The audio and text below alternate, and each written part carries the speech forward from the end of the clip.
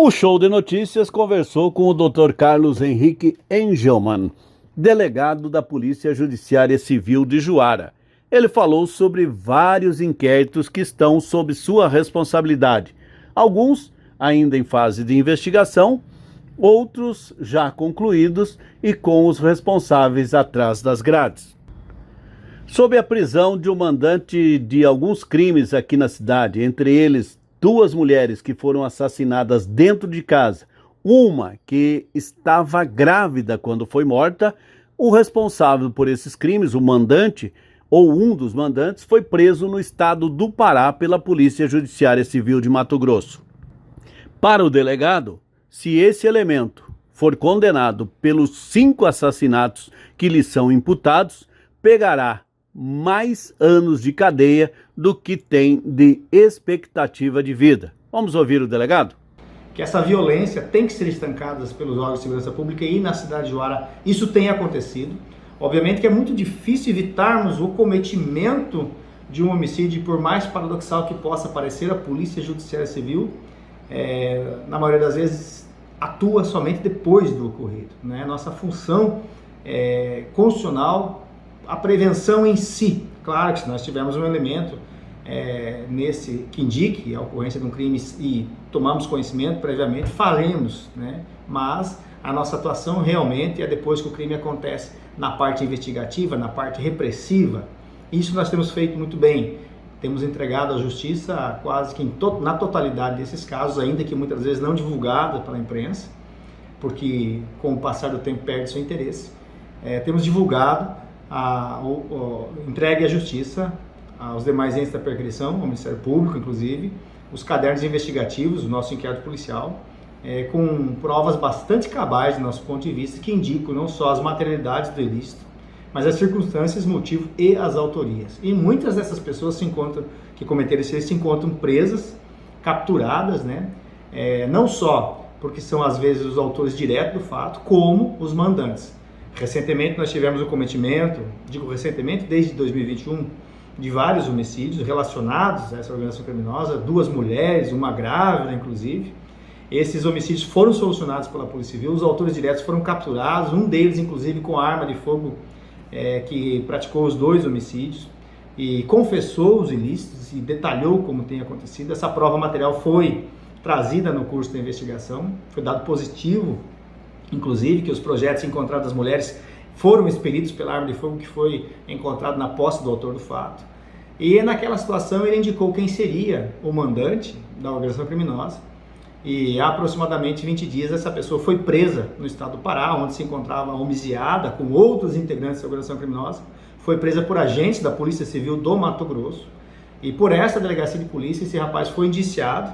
E apesar de ter se calado lá naquele interrogatório que foi submetido de maneira deprecada na cidade do Pará, de uma das cidades do Pará, em decorrência dos vários elementos de cognição que foram trazidos para esse inquérito policial, restou indiciado por no mínimo 5 homicídios que ele tenha mandado praticar, bem como em outros crimes de organização criminosa relacionados ao tráfico de drogas e a torturas que ele tenha cometido. Ou seja, nós imputamos a esse indivíduo, que seria uma das lideranças dessa organização criminosa, uma gama bastante significativa de crimes, que, se de fato for condenado, ainda que nas penas mínimas, terá aí pela frente mais tempo de cadeia do que expectativa de vida para cumprir. Bom, doutor, pelo que o senhor relatou aqui nessa entrevista, a gente chega a uma conclusão assim, um fato, álcool, envolvimento com bebida alcoólica, que é uma coisa mais localizada, né? E os outros fatos, todos que o senhor citou aí, vários, o tráfico de drogas, o envolvimento com drogas. E na sua fala a gente percebe assim que há não dá para chamar de globalização, mas uma estadualização, ou enfim, uma coisa que o tráfico circula. O cara veio lá de Pontes de Lacerda aqui, menor de idade, o outro daqui foi para outra cidade, quer dizer, há uma rodagem desse pessoal aqui que em busca de ilícito e de promover, logicamente, o tráfico, que é digamos assim, o ganha-pão deles, né? Se é que pode se chamar de ganha-pão, né?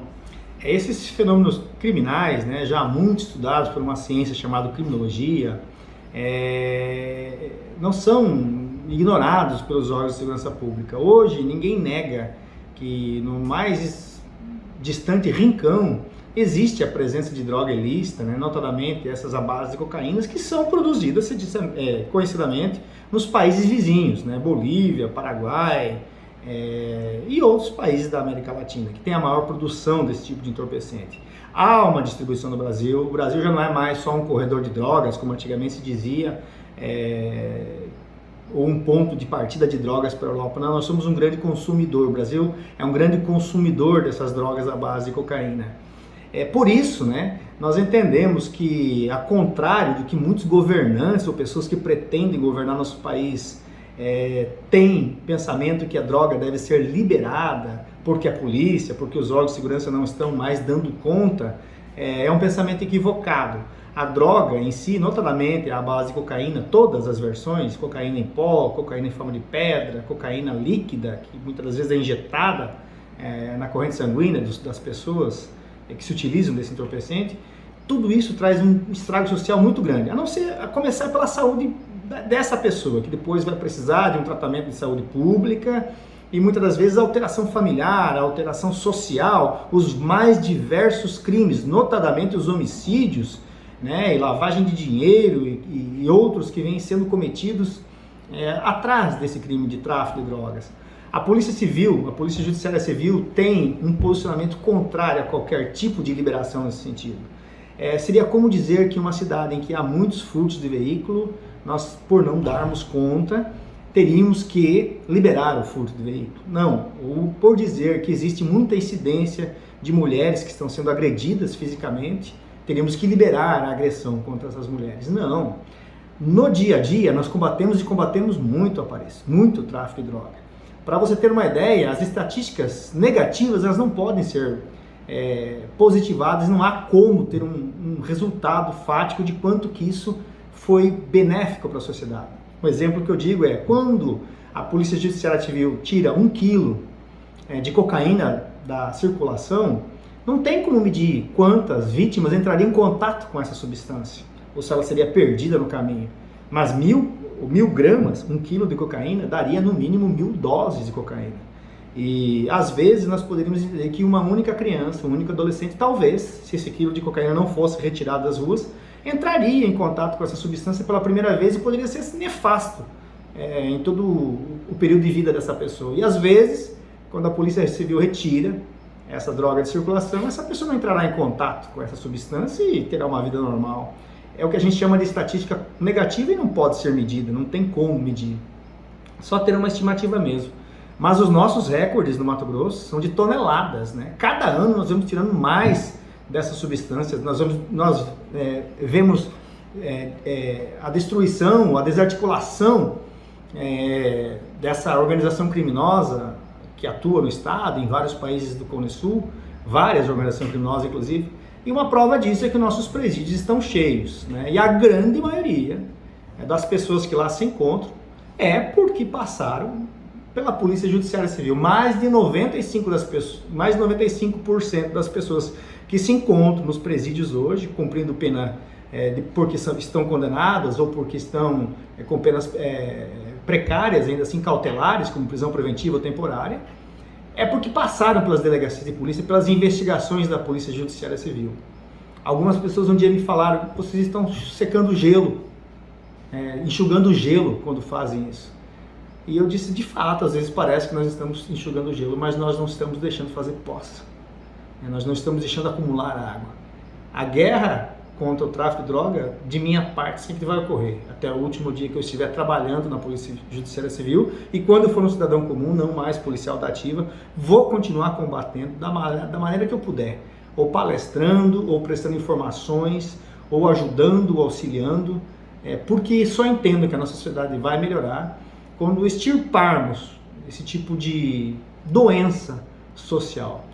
Quem pensa o contrário, quem pensa que as drogas têm que ser liberadas, no meu ponto de vista, não faz ideia do problema que é a liberação das drogas. De fato, não é todas as pessoas que entram em contato com droga ilícita que apresentam alteração de comportamento, alteração social. Não.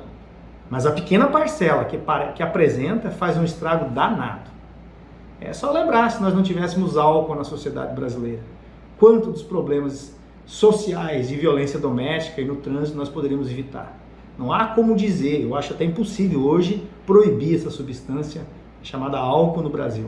Mas nós aumentarmos os problemas sociais, liberando drogas ilícitas da magnitude que é o estrago social, que a cocaína, por exemplo, as drogas à base de cocaína e da maconha e outras sintéticas promove na sociedade, é um pensamento contrário, vai na contramão do ideal da sociedade. Nós precisamos fomentar o esporte, fomentar a educação, fomentar agremiações de estudantes, fomentar a família, os valores sociais, as religiões, e não ampliar aquilo que é nefasto por natureza, que causa um estrago social. Nesse sentido que eu digo, que a gente tem que pensar no melhor para a sociedade, e o melhor é longe de drogas, não a favor da droga, longe do crime, não a favor do crime, a favor da educação, não tolerar pequenos crimes ou pequenas contravenções, isso não pode acontecer. A Polícia Civil de Juara está fazendo a sua parte.